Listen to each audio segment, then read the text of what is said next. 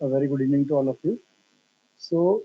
We were doing ionization energy, and we have covered up to ionization energy variation introduction. First, we covered introduction and then variation, and we did only a question.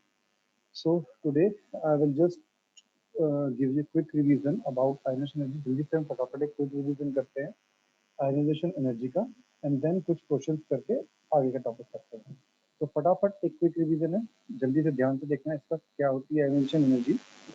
So ionization energy is the energy removed to it is the energy which is used or which is required to remove the most loosely bound electron. Most loosely bound electron का मतलब ये मेरे पास nucleus है, मान लो यहाँ पे shell है, जो आउटर मोस्ट शेल का सबसे लूजली बाउंड इलेक्ट्रॉन होगा, जिसके ऊपर सबसे कम न्यूक्लियर फोर्स ऑफ अट्रैक्शन लग रहा होगा, उस इलेक्ट्रॉन को बाहर निकालने के लिए जो energy minimum amount of energy requirement होती है उसे बोलते हैं ionization energy. So ionization energy is the minimum amount of energy. इसको याद रखना, यहाँ पे मिनिमम, हमेशा मिनिमम वर्ड लिखना। The minimum amount of energy which is required to remove a most loosely bound electron from the outermost orbit of a gaseous atom। अब ये gaseous atom किसे लिया गया, क्योंकि गैसेस के अंदर एटम्स के बीच में भी सबसे लीस्ट फोर्स ऑफ अट्रैक्शन होती है। ठीक है, clear. The ionization energy is endothermic और एंगोर्गेनिक और it is energy absorbing process. इस बात को याद रखो, एंडोथर्मिक कर दो या एंडरगोनिक प्रोसेस या फिर एनर्जी एब्जॉर्बिंग प्रोसेस, एक ही बात है। इसका मतलब क्या है, यहाँ पे एनर्जी क्या होती है, एब्जॉर्ब हो जाती है, बाहर से एनर्जी होगी वो उसमें एब्जॉर्ब हो जाएगी। ठीक है, चलिए दूसरा डेफिनेशन क्या कहते हैं, पॉइंट क्या कहता है, the energy required to remove one electron from a neutral isolated atom converted into mono positive. अगर उसको मैं मोनो पॉजिटिव में कन्वर्ट करता हूँ, यानी +1 चार्ज के अंदर कैटाइन बना, इलेक्ट्रॉन बाहर जा रहा है, इलेक्ट्रॉन बाहर जाएगा तो पॉजिटिव चार्ज आएगा, एक इलेक्ट्रॉन बाहर गया तो एक positive charge. If one electron leave you get one positive charge and this is known as first ionisation energy. If two electrons are moved out, it gives twice positive charge, then it will be known as diapositive cation or second ionization energy. In this way, third electron is removed, then it is known as third ionization energy. And third ionization energy या ionization potential is the same thing, is maximum, then second one, and the least one is the first ionization enthalpy. So because as the electron go out of the atom, the ionic size goes on decreasing and hence the positive charge goes on increasing. The ionic size goes on decreasing, the amount of positive charge goes on increasing, and hence the ionization energy. And hence the ionization energy. So that's why third ionization energy is almost high. ठीक है, जैसे कि हमने example ही आपको बता दिया था यहाँ पे फर्स्ट सेकंड थर्ड के बारे में। ठीक है, unit of ionisation enthalpy, ionisation enthalpy unit is kilo joule पर मोल, electron volt per atom, kilo calorie पर मोल। ये इन तीन यूनिट्स के अंदर हम लोग इसको यूज करते हैं। इन यूनिट को याद रखना, स्पेशली दिस इलेक्ट्रॉन वोल्ट वाली, इलेक्ट्रॉन वोल्ट वाला energy required by an electron while moving under a potential difference of 1 volt, इसे बोलते हैं इलेक्ट्रॉन वोल्ट पर एटम। इस बेसिस पे एनर्जी आ जाती है। और ये कन्वर्जन भी याद रखना, 1 electron volt is equal to 3.83 into 10 power 20 calorie per atom. ये कन्वर्जन कॉम्पिटिटिव एग्जाम में कई बार यूज हो सकता है। चलिए जी, उसके बाद आता है फैक्टर्स अफेक्टिंग आयोनाइजेशन एनर्जी। सबसे पहले आता है atomic size. Atomic size is inversely proportional to ionization potential या फिर आयोनाइजेशन एनर्जी। मैं अगेन लिख देता हूँ यहाँ पे, आयोनाइजेशन एनर्जी सेम थिंग है। कैसे, दोबारा देखो, directly proportional to force of attraction. चलिए मैं इसको दोबारा समझाता हूँ, and directly proportional to force of attraction. अब सीधी सी बात है, एटॉमिक साइज बढ़ेगा, इसका मतलब क्या है, atomic size increases then ionization energy decreases. Suppose करो एक इलेक्ट्रॉन है एक्स, उसके दो शेल, एक एटम एक्स है उसके हैं दो शेल, एक एटम है वाई उसके पास है तीन शेल। अब आउटर मोस्ट इलेक्ट्रॉन यहाँ पे, आउटर मोस्ट इलेक्ट्रॉन यहाँ पे है। फोर्स ऑफ अट्रैक्शन एक्स में क्या है, ज्यादा, फोर्स ऑफ अट्रैक्शन मोर, इसमें क्या है, फोर्स ऑफ अट्रैक्शन लेस। जब फोर्स ऑफ अट्रैक्शन ज्यादा होगी तो इस इलेक्ट्रॉन को रिमूव करने के लिए requirement of energy will be more, so therefore ionization energy will be high. जैसे जैसे force of attraction is less, so ionization energy will be less. In this way you can say that more the size, lesser will be the ionization energy. पहला point याद हो गया ये, इसमें कोई doubt है, इसको याद रख लेना। यही सेम चीज चलती है आपके top to bottom. Periodic table में टॉप टू बॉटम क्या होता है? Atomic size increases, so therefore ionization energy decreases. Ionization energy सबसे कम होती है किसकी? सीजियम की, because atomic size of caesium is highest. Atomic size of caesium is highest one, so therefore ionization energy is least. याद रख लेना इस बात को, सीजियम वाला केस। ठीक है जी, इसको कर देते हैं हम क्लियर। अब हमने पढ़ा था atomic size is more than the force of attraction between nucleus and outermost shell is least, so therefore ionization will be high. ये इस तरीके से पढ़ा था। ठीक है, ये हमने एक क्वेश्चन पढ़ा था, first ionisation energy of sodium is less than that of magnesium. अगर हम सोडियम और मैग्नीशियम की बात करते हैं, सोडियम का एटॉमिक नंबर होता है 11, मैग्नीशियम का एटॉमिक नंबर होता है 12। सोडियम में 12 एंड 11। अगर हम साइज की बात करते हैं तो सोडियम का साइज बड़ा होता है, मैग्नीशियम का साइज छोटा हो जाता है। तो सोडियम सोडियम का साइज बड़ा हो गया तो क्या हुआ? आयोनाइजेशन एनर्जी क्या हो गई सोडियम की? कम हो गई, because of less forces of attraction, atomic size, ये हमने पढ़ा था। पर जैसे ही अब ये एक एक मोनोवेलेंट बन गए, अब मोनोवेलेंट बनने के बाद में यहाँ पे 3s बन गया, 3s1 यहाँ से कैंसिल हो गया और यहाँ पे 3s2 की जगह पे 3s1 इलेक्ट्रॉन रह गया Mg+1 के अंदर। Now second ionization enthalpy of sodium is more than that of the magnesium.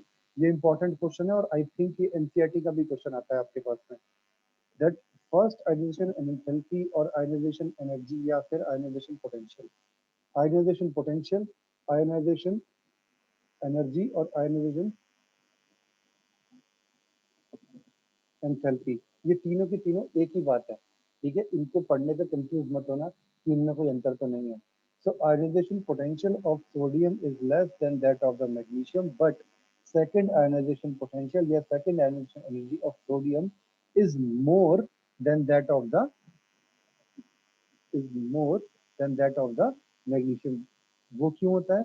Because now to get Na+2 ion, the electrons are need to be removed from 2p subshell, which has more force of attraction towards nucleus than that of the 3s subshell. 3s subshell. Okay, that's why sodium positive has high ionization energy than that of the Mg+1. Here, so we can say that sodium second ionization energy is more than that of the magnesium. इसमें कोई doubt है अभी तक? Clear है ये वाली बात? चलो जी आगे। सेकंड पॉइंट पढ़ा था हमने, स्क्रीनिंग इफेक्ट। अब स्क्रीनिंग इफेक्ट का मतलब क्या होता है भाई? अभी देख लेते हैं फटाफट। ये न्यूक्लियस है, first shell, second shell, third shell और ये फोर्थ शेल। सपोज करो ये फोर्थ शेल में इलेक्ट्रॉन है, तो screening effect is inversely proportional to ionization potential. अब फोर्स ऑफ अट्रैक्शन इस इलेक्ट्रॉन पे लग रहा है, यहाँ पे भी कुछ इलेक्ट्रॉन है, ये इस पे क्या करेंगे? रिपल्शन करेंगे। यहाँ पे भी कुछ इलेक्ट्रॉन है, यहाँ पे क्या करेंगे? रिपल्शन। तो जितना ज्यादा एटॉमिक साइज बढ़ता जाएगा, उस एटम के आउटर मोस्ट एटम के और न्यूक्लियस के बीच में नंबर ऑफ शेल्स इंक्रीज होते जाएंगे। तो number of shells is directly proportional to screening effect. जितने ज्यादा स्क्रीनिंग इफेक्ट बढ़ गया तो उसका मतलब क्या हुआ? ये जो शेल्स हैं, they are not now allowing force of attraction by nucleus to reach towards the electron. वो उस इलेक्ट्रॉन पे, आउटर मोस्ट इलेक्ट्रॉन पे न्यूक्लियस का फोर्स ऑफ अट्रैक्शन जो था उसको नहीं पहुंचे देंगे। So it means it is easy to remove electron, और उस इलेक्ट्रॉन को रिमूव करने के लिए कम आयोनाइजेशन एनर्जी की जरूरत पड़ेगी। So we can say that ionization energy decreases as the screening effect increases. Is that clear? कोई डाउट इसके अंदर? चलिए जी, ये था हमने सेकंड पॉइंट पढ़ा। इसके बाद हमने थर्ड पॉइंट पढ़ा था इसका stability of half filled and fully filled orbital. हमेशा याद रखो, हाफ फिल्ड और fully filled orbital are more stable, और जो भी स्टेबल होती है चीज, उसको रिमूव करने के लिए एनर्जी की रिक्वायरमेंट ज्यादा होती है दूसरों से। एक्सेप्शन केस में नाइट्रोजन एंड ऑक्सीजन, इसको याद रखना। जरा फटाफट देखो नाइट्रोजन ऑक्सीजन में किस तरीके से डिफरेंस होता है। नाइट्रोजन का एटॉमिक नंबर 7 और 8 है, 1s2, 2s2, 2p3 and 1s 2 2s2 2p4। अब ये 2p3 है, एग्जैक्ट कॉन्फ़िगरेशन 2p3 की क्या हो जाएगी, कुछ इस तरीके से। और अगर मैं 2p4 को कर दूं तो 1 2 3 4। तो यहाँ पे क्या है, सिंगल सिंगल सिंगल इलेक्ट्रॉन है, मोर नंबर ऑफ स्टेबिलिटी है, मोर नंबर ऑफ सिमिलरिटी है। यहाँ पे रिपल्शन इंक्रीज हो गया, रिपल्शन इंक्रीज होने की वजह से यहाँ पे क्या हो जाएगा, एटॉमिक साइज बढ़ जाएगा। एटॉमिक साइज बढ़ने की वजह से क्या हुआ, यहाँ पे एनर्जी कम हो जाएगी, यहाँ पे एनर्जी ज्यादा हो जाएगी। So nitrogen ionization energy is more than that of the oxygen because of half filled half filled stable configuration. इस बात को याद रख लेना। कौन कौन सी होती है ये, T3D5F7 या फिर S2P6D10F14। These are known as half-filled or fully filled electronic configuration, and these configurations are more stable than anything else। ठीक है, एग्जाम्पल के तौर पे ये याद रखना। कायदे से देखा जाए तो नाइट्रोजन और ऑक्सीजन लेफ्ट टू राइट आते हैं। लेफ्ट टू राइट क्या होता है, एटॉमिक साइज डिक्रीज होता है। तो एटॉमिक साइज डिक्रीज होने का मतलब है कि ऑक्सीजन की एमिशन भी ज्यादा होनी चाहिए थी, बट होता है इसका उल्टा है। ठीक है, एक्सेप्शन केस आ गया ये। अब इलेक्ट्रॉनिक कॉन्फ़िगरेशन पढ़ लेते हैं। हाफ इलेक्ट्रॉनिक कॉन्फ़िगरेशन हम लोग पढ़ चुके हैं। ये आपको स्क्रीनिंग इफेक्ट का एग्जांपल दिया था। स्क्रीनिंग इफेक्ट से मतलब होता है Z effective on the outermost electron decreases and hence it is easy to remove the electron which means less amount of ionization energy. Lithium and sodium का example लिया था हमने। 2 और 1 लिथियम था, 281 सोडियम था हमारे पास में। ठीक है, या फिर पोटेशियम भी आ जाती है 2881। अब यहाँ पे फर्स्ट इलेक्ट्रॉन है, नंबर ऑफ शेल्स 1 2 3, 3 शेल आ गए। यहाँ पे नंबर ऑफ शेल्स एक ही है इसके बीच में, यहाँ पे एक दो बीच में है आउटर मोस्ट शेल के, और यहाँ पे क्या है, बिल्कुल ये। तो in case of outermost shell the nucleus will attract more force of attraction in case of lithium, and it will be least in the case of potassium because of the two number of shells in between the outermost and the first shell. So we can say that this on this valence electron of potassium, there will be least force of attraction by nucleus. So therefore, ionization energy of potassium is least. तो ionization energy for potassium सबसे ज्यादा सबसे कम हो जाएगी और lithium की सबसे ज्यादा हो जाएगी। Is that clear? यहाँ तक किसी को डाउट है कोई, जल्दी बोलो। भूमिका, ईशा, ठीक है जी। उसके बाद हमने पेनिट्रेशन पावर पढ़ी थी। पेनिट्रेशन पावर का मतलब होता है कि इसके बीच में नंबर ऑफ शेल्स कौन सा आ रहा है। आपके पास एस पी डी और एफ कौन सा सब शेल आपके बीच में से जो है इलेक्ट्रॉन बाहर निकलने की बात कर रहे हैं। तो order of attraction of sub shell towards the nucleus, penetration power is, s की पेनिट्रेशन पावर सबसे ज्यादा होती है, then p, then d, then f. अब आ जाइए कैसे है। As the subshell is more closer to the nucleus, so more energy will be required to remove electron in compared to P, D and F. जो S subshell है, that is more towards the nucleus. S subshell is more towards the nucleus. वो nucleus के बिल्कुल पास होता है। अब जब वो न्यूक्लियस के पास होता है तो उस वजह से क्या है, फोर्स ऑफ अट्रैक्शन ज्यादा। और फोर्स ऑफ अट्रैक्शन ज्यादा का मतलब है it is very hard to get the electron from this. ठीक है, अब हम लोग बात करते हैं, इसका एग्जांपल था beryllium and boron. Beryllium and boron left to right आते हैं। लेफ्ट टू राइट आने से क्या होता है कि सेम शेल के इलेक्ट्रॉन ऐड होते हैं, तो एटॉमिक साइज डिक्रीज होता है। एटॉमिक साइज डिक्रीज होने का मतलब है आयनिशन एनर्जी का बढ़ जाना। तो कायदे से बेरिलियम एंड बोरोन, इसके केस के अंदर बेरिलियम की ज्यादा होनी चाहिए थी, बोरोन की कम होनी चाहिए थी, बट ऐसा नहीं होता। Beryllium energy is more than that of the boron. वो क्यों? बेरिलियम का एटॉमिक नंबर 4, बेरिलियम का एटॉमिक नंबर 4, बोरोन का आता है 5। 1s2 2s2 configuration of beryllium की 1s2 2s2 2p1 is the configuration for boron. Now electron need to be removed from s subshell in case of beryllium, and in case of boron electron is need to be removed from p subshell. अब s का penetration power ज्यादा है, it means जो s subshell है it is close to the nucleus. If it is close to nucleus, that means more force of attraction is required to remove electron, and more force of attraction, if more force of attraction is required to remove electron, it means more amount of ionization energy is required. अगर force of attraction ज्यादा होगा तो ज्यादा amount में ionization energy की requirement होगी remove करने के लिए। सो Beryllium has more ionization energy than that of the boron. ये बात समझ में आ गई सबको? हाँ भाई, बानु, ईशा, भूमिका, इज दैट क्लियर? ठीक है। इसके बाद हमने एल्यूमिनियम और मैग्नीशियम का भी सेम यही चीज हमने पढ़ी थी। अब हमने पढ़ा था वेरिएशन। वेरिएशन के बारे में अगर पढ़ते हैं हम लेफ्ट टू राइट जाते हैं तो हमारे पास साइज, एटॉमिक साइज डिक्रीज होता है, तो फोर्स ऑफ अट्रैक्शन इंक्रीज हो जाएगा, and force of attraction is directly proportional to ionization enthalpy, तो हमारे पास आयनाइजेशन एंथैल्पी इंक्रीज हो जाएगी। बट ऐसा होता नहीं है, कोई ना कोई बीच के अंदर गड़बड़ी आ जाती है। उस गड़बड़ी के डिफरेंट डिफरेंट रीजन होते हैं। उस गड़बड़ी के रीजन क्या हो सकते हैं कि भाई किस सबशेल में से इलेक्ट्रॉन को बाहर निकाला गया है, क्या वो फुली फिल्ड या हाफ फिल्ड तो शेल नहीं है, तो शील्डिंग इफेक्ट इनके कितना क्या ज्यादा है, तो उन चीजों को देखते हुए इनके अंदर थोड़ा सा वेरिएशन आ जाता है। ठीक है, अब आ जाओ, अगर ग्रुप की बात करते हैं टॉप टू बॉटम क्या, नंबर ऑफ शेल इंक्रीज होते जा रहे हैं। अब नंबर ऑफ शेल इंक्रीज हो रहे हैं तो इसका मतलब क्या हुआ, इलेक्ट्रॉन का साइज बढ़ रहा है। साइज बढ़ रहा है तो एमिशन एनर्जी कम होती जाएगी। तो as the size is increasing, emission energy is less required. So on the other hand, effective nuclear charge Z effective of the outermost shell remain almost same for a long group. Along the group, Z effective will is almost same.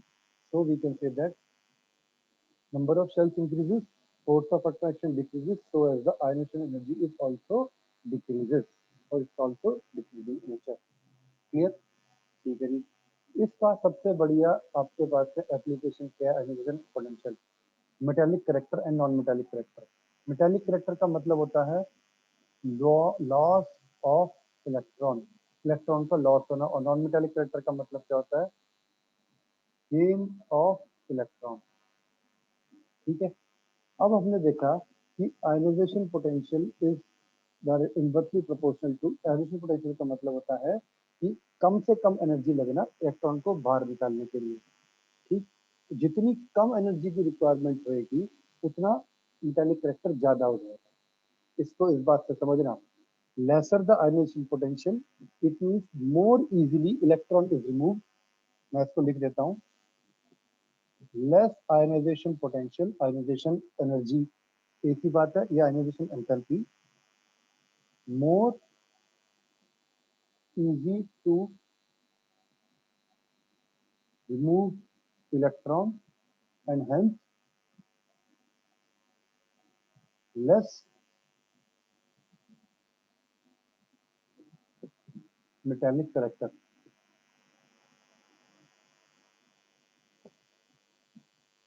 ये बात clear हो गई, ये वाला line important है, इसको note कर लेना। So less ionization and enthalpy, more easy to remove electron and hence less metallic character। And non metallic तो इसको उल्टा कर दो। नॉन मेटेलिक का मतलब क्या होता है, इलेक्ट्रॉन को ऐड करना या फिर इलेक्ट्रॉन को इजीली ना जाने देना।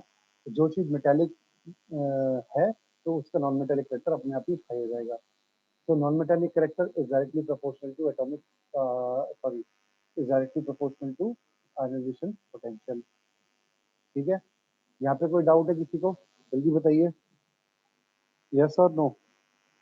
ठीक, अब मेटेलिक करेक्टर के साथ साथ हमने एक चीज पढ़ी थी क्लास 10 के अंदर, metal oxide. Metal oxide are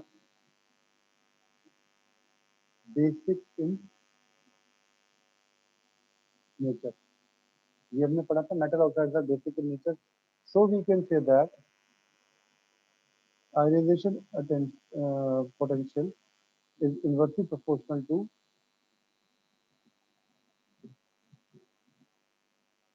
basicity of metal oxide।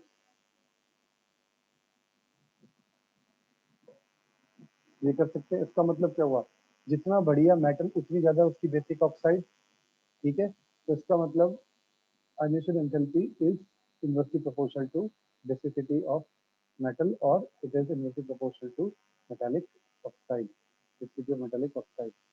ये वाली बात क्लियर है यहाँ तक? कोई डाउट है तो किसी को बताइए फटाफट, यस और नो। भानु, ईशा, भूमिका, इज दैट क्लियर? ठीक है, now reducing character, reducing character is inversely proportional to ionization potential. जितना कम आयोनाइजेशन पोटेंशियल उतना ज्यादा रिड्यूसिंग इन नेचर हो जाएगा ये, and directly proportional to melting point. ठीक है, ये इसको छोड़ दो, अभी इसको बाद में करनी जरूरत है, इसकी जरूरत नहीं होगी। ये मेटालिक करेक्टर है, मेल्टिंग पॉइंट नहीं आता। अब आ जाए एक्सेप्शन केसेस। एक्सेप्शन केस हमने पढ़ा था एल्यूमिनियम का, इसको अभी हम लोग और अच्छे से डिटेल में बताता हूँ मैं आपको। देन लेंथ ऑफ कॉन्ट्रैक्शन किया था हम लोगों ने, और उसके बाद में जेड इफेक्टिव का हमने किया था फर्स्ट ग्रुप के अंदर। फर्स्ट ग्रुप में बेरिलियम और इसका पंगा रहता है। देन कार्बन नाइट्रोजन तो ठीक है, नाइट्रोजन ऑक्सीजन का पंगा हो जाता है। तो इसमें क्यों होता है, कैसे होता है पंगा, ये हम लोग अभी आगे इसको पढ़ते हैं। ठीक, ओके जी। तो ये इस तरीके से आपका पूरे का पूरा रिवीजन एमिशन पोटेंशियल का हो चुका है यहाँ पे। चलिए, अब हम करते हैं इसके ऊपर एक क्वेश्चन फटाफट। एक बड़ा अच्छा सा क्वेश्चन आता है सबसे पहले आप लोग के पास में, एनसीईआरटी का ही क्वेश्चन। एनसीईआरटी का छोड़ो, पहले मैं एक वैसे क्वेश्चन करता हूँ। मैं कुछ इलेक्ट्रॉनिक कॉन्फ़िगरेशन लिख रहा हूँ ना, arrange these electronic configuration. Question number 1 है, arrange the following, arrange the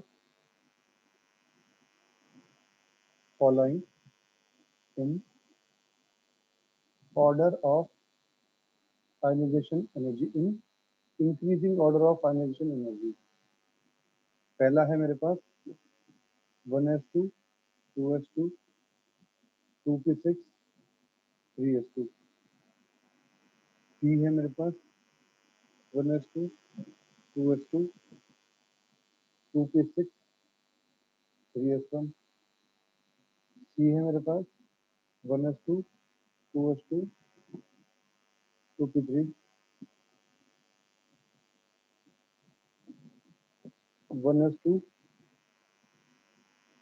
2s2, 2p2, and ई है मेरे पास 1s2, 2s2, 2p3। जल्दी से आप लोग बताइए कि इसके अंदर क्या ऑर्डर रहेगा, increasing order of ionization energy. जल्दी से बताओ फटाफट। जो जो हम लोगों ने अभी तक क्राइटेरिया पढ़े हैं उनको देखते हुए जल्दी से चैट का आंसर लिखिए। क्विकली बी क्विक, जल्दी से चैट में आंसर लिखो, मैं फिर इसका सॉल्यूशन बताता हूँ आपको। 1 मिनट का टाइम दे रहा हूँ, ध्यान से देखो। सबसे पहले देखो कि एलईडी सबसे कम किसकी होगी। सबसे कम होने का मतलब है सबसे बड़ा साइज, और सबसे बड़ा साइज किसका है, तेरा ए और बी में अगर कंपेयर करें 3s और 3s, दोनों का साइज लगभग सेम है। अब अरे वाह भानु, वेरी गुड। तो अगर मैं 3s और 3p की बात करता हूँ तो इसमें साइज दोनों का लगभग सेम है, but 3s1 and 3s2 size दोनों का लगभग सेम पाएगा। पर थोड़ा सा साइज आपका 3s2 है, तो 3s2 में साइज थोड़ा सा कम होता है then that of the B. तो आप कह सकते हो कि वो एक ही ज्यादा है, बट उससे पहले 3s2 ये क्या हो गया, स्टेबल इलेक्ट्रॉनिक कॉन्फ़िगरेशन बन गई। तो स्टेबल इलेक्ट्रॉनिक कॉन्फ़िगरेशन हमेशा ज्यादा होती है then that of the least one. तो इसको हम लोग इस तरीके से लिखेंगे, ए आ गया। ठीक है, सॉरी इंक्रीजिंग ऑर्डर में, तो इंक्रीजिंग सबसे छोटा पहले आएगा, बी आ गया, देन ए, बी और ए खत्म। अब बताओ सी डी और ई। सी डी ई के अंदर 2p3, 2p2 और 2p3। 2p3 दो बार आ गया इसमें, तो इसको 2p6 कर दीजिए। फुली फिल्ड और हाफ फिल्ड, इसके बाद क्या होगी सबसे ज्यादा, सबसे पहले बी था 3s। ठीक है, then this one, then after this D, then fully filled और half filled, then half filled, then fully filled. Is that part clear? कोई डाउट इसमें किसी को? A B, A B E सी, ये आपके पास में क्या हो गया, अरेंजमेंट हो गई। ठीक है, अब जल्दी से एक क्वेश्चन करके बताइए। क्वेश्चन नंबर 2 आपके पास है, lithium, potassium, calcium, sulphur and krypton. इनके अंदर A highest ionic energy, B highest sorry highest हो चुका, देन लोएस्ट आयोनाइजेशन एनर्जी। ये क्वेश्चन एज अ होमवर्क करना है, ठीक है। चलो जी आगे देखते हैं। इसको प्लीज नोट कर लीजिए, lithium potassium calcium sulphur electron, इनमें से किसकी हाईएस्ट आयोनाइजेशन एंथैल्पी है और लोएस्ट की है, ये एज अ होमवर्क करना है। चलो जी ये तो हमारा नेक्स्ट क्वेश्चन। थर्ड क्वेश्चन देखते हैं हम। थर्ड बोलता है predict which has predict which has high ionization energy. पहला पॉइंट है boron and carbon, then nitrogen and oxygen, and third one is predict which of them and why। जल्दी से फटाफट ये तीनों के आंसर मेरे को चैट में लिख के दे दो। 2 मिनट का टाइम दे रहा हूँ मैं, जल्दी से मेरे को चैट में लिख के दे दो और क्यों है ये। मैं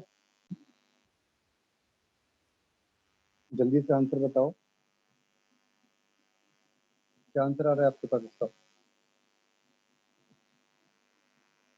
अच्छा चलो छोड़ो, मुझे इसको बता दो, सिर्फ नाइट्रोजन और ऑक्सीजन का बताओ जल्दी से।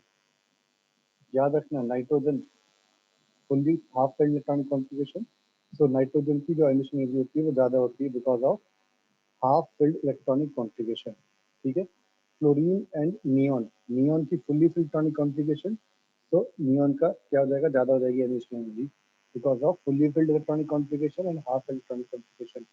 अब आ जाओ बोरोन एंड कार्बन। बोरोन का एटॉमिक नंबर 4 होता है, इसमें क्या हो गया 1s2 and 2s2, and atomic number इसकी 1s2 2s2 एंड 2p2, 6 होता है। तो 1s2 एंड 2s2, साइज किसका छोटा है, साइज छोटा है हमारे पास में। अब ये देखिए यहाँ पे क्या है, कार्बन सॉरी यहाँ पे 1s2 एंड 2s2, ये जो इलेक्ट्रॉनिक कॉन्फ़िगरेशन बनती है that is half field electron, और फुल्ली फील्ड इलेक्ट्रॉनिक कॉन्फ़िगरेशन बनती है एस सब के लिए, बट यहाँ पे 2p की फुल्ली फील्ड इलेक्ट्रॉनिक कॉन्फ़िगरेशन नहीं बनती। सो बोरोन की जो आपके पास में एमिशन एनर्जी होगी that is more because of the electronic configuration. Boron की एमिशन एनर्जी ज़्यादा होनी चाहिए कार्बन की तरह, जल्दी बताओ फटाफट मुझे बताइए। इलेक्ट्रॉनिक कॉन्फ़िगरेशन मैंने आपकी इस जगह पे लिख दी है। So which has more ionization enthalpy than this one? जल्दी बताइए। 2p और 1s2 2s2, इनमें से किसकी ionization एनर्जी ज्यादा होगी, बोरोन और कार्बन में से, जल्दी बताओ। कोई जवाब नहीं आ रहा मेरे पास, मैंने आपको लिख भी दिया है। बोरोन में सॉरी बोरोन में 5 होता है, तो 1s2 2s2 2p1 होगा ये, और यहाँ पे 2p2 है। साइज छोटा कार्बन का है, तो कार्बन की ionization एनर्जी ज्यादा हो जाएगी देन बोरोन से। क्लियर है ये बात अब, ठीक है। तीनों के तीनों क्वेश्चन हो गए यहाँ पे, इसमें कोई डाउट है। भूमिका, भानु, क्लियर बेटा। चलिए एक बड़ा ही इंपॉर्टेंट क्वेश्चन है, वो मैं करवाता हूँ। आज का एक लास्ट क्वेश्चन रहेगा, बड़ा इंपॉर्टेंट क्वेश्चन है ये, कई बार पेपर में आ जाता है, इसको ध्यान से जरा देखना, ठीक है। क्वेश्चन क्या है, गिवन है हमारे पास में first and second ionisation energy.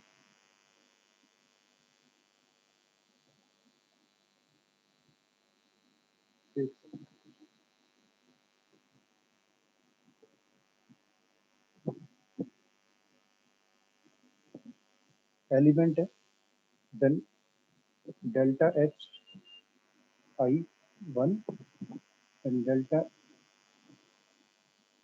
2 H I. First ionisation energy second ionisation energy दी हुई है। एलिमेंट 1 2 3 4, फर्स्ट में दिया हुआ यहाँ पे 2372, then 520, and these are in kilo joule. 520 है, 900 है, और लास्ट में दिया हुआ है 1680। फिर second delta energy 5251, then 7300, then दिया हुआ है 1670, देन 3380, ये आपके पास में दिया हुआ है। अब इसमें पूछता है which of the following would likely to be reactive metal और रिएक्टिव नॉन मेटल। पहला पूछा हुआ है reactive metal, reactive non metal, ये मोस्ट इंपॉर्टेंट क्वेश्चन में से है। और ऐसा ही सेम टू सेम क्वेश्चन आपको एनसीईआरटी में भी दिया हुआ है। एनसीईआरटी का है क्वेश्चन नंबर 31 ये question, and NCERT back exercise question number 31 most important है। इसको करके देखना, अगर वो क्वेश्चन नहीं होता है तो मैं आपको लोगों को बता दूंगा, वो भी अलग ही। ठीक है, फिलहाल जल्दी से इसको देखते हैं। Reactive metal and reactive non metal पूछा गया है। देन पूछता है, ये बी पार्ट है। सी पार्ट पूछता है ये noble gas, noble gas. And D part पूछता है metal which form binary AX2, from binary halide, binary halide कौन बनाएगा। अब देखते हैं फटाफट।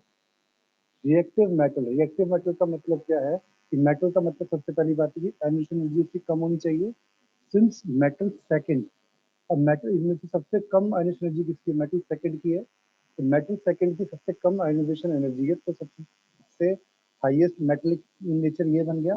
तो इसका आंसर आ जाएगा second, because of least first ionization energy. सबसे कम आयनाइजेशन एनर्जी तो वो सबसे ज्यादा रिएक्टिव हो जाएगा। और सबसे, अब पूछते हैं reactive non metal. Reactive non metal वो होगा जिसकी सबसे ज्यादा हाई फर्स्ट आयनाइजेशन एनर्जी है। अब सबसे ज्यादा हाई फर्स्ट आयनाइजेशन एनर्जी अगर हम देखा जाए तो वो है बनती है फर्स्ट की। ठीक है, बट फर्स्ट की जो आयनाइजेशन एनर्जी सबसे ज्यादा जो बन रही है, इसका मतलब है कि वो non metal, sorry, noble gas जितनी बन रही है इसकी जो आयनाइजेशन एनर्जी है फर्स्ट, वो नोबल गैस जितनी। तो हम लोग क्या करेंगे, एक तो ये देखना है। ठीक है, अब अगर इनमें देखो 2372 है, और इसके डबल के आपके पास आ रही है, डबल के आसपास आ रही है 5321, ज्यादा ही आपकी क्या सेकंड एनर्जी है। अब मेरे को नॉन मेटल में देखना है कि जो मेरी फर्स्ट आयनिशन एनर्जी है वो इतनी ज्यादा ना हो, और उसके साथ साथ उसकी जो सेकंड आयनिशन एनर्जी हो वो ज्यादा ना हो, वो एक्चुअली ऑलमोस्ट डबल के आसपास बनती है तो चलेगा। अब 1630 है, 1630, सॉरी 1680 एंड 3380, तो जो एलिमेंट 4 है ये क्या बनेगा मेरे पास, रिएक्टिव नॉन मेटल।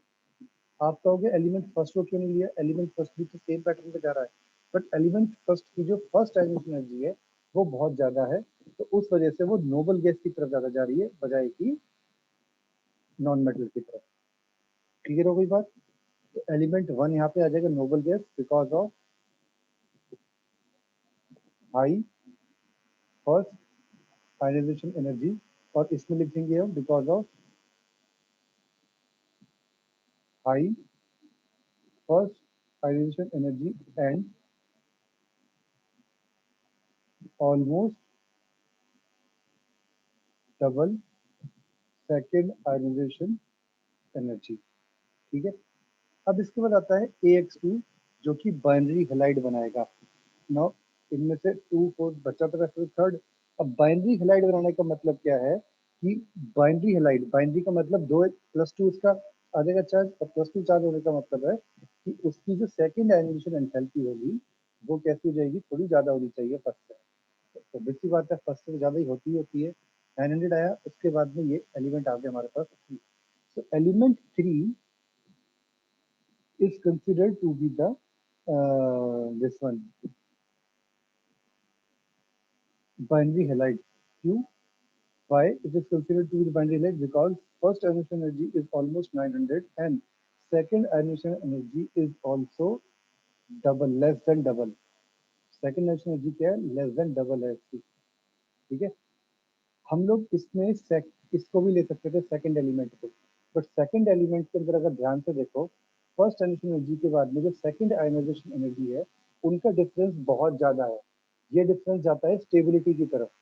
अगर इतना ज्यादा डिफरेंस होता है तो the difference is very very high, more than 5000 kilo joule.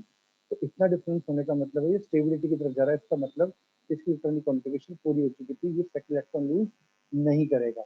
But यहाँ पे क्या है, ऑलमोस्ट आपका जो है डबल से भी कम बैटरी है। डबल से भी कम का मतलब है ये इजीली इलेक्ट्रॉन को लॉस करेगा। तो यहाँ पे आपके पास आ जाता है third.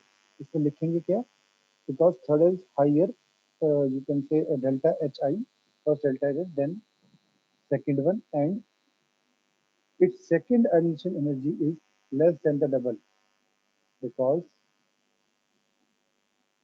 of because of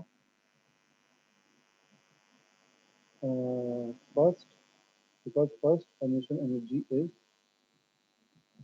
more than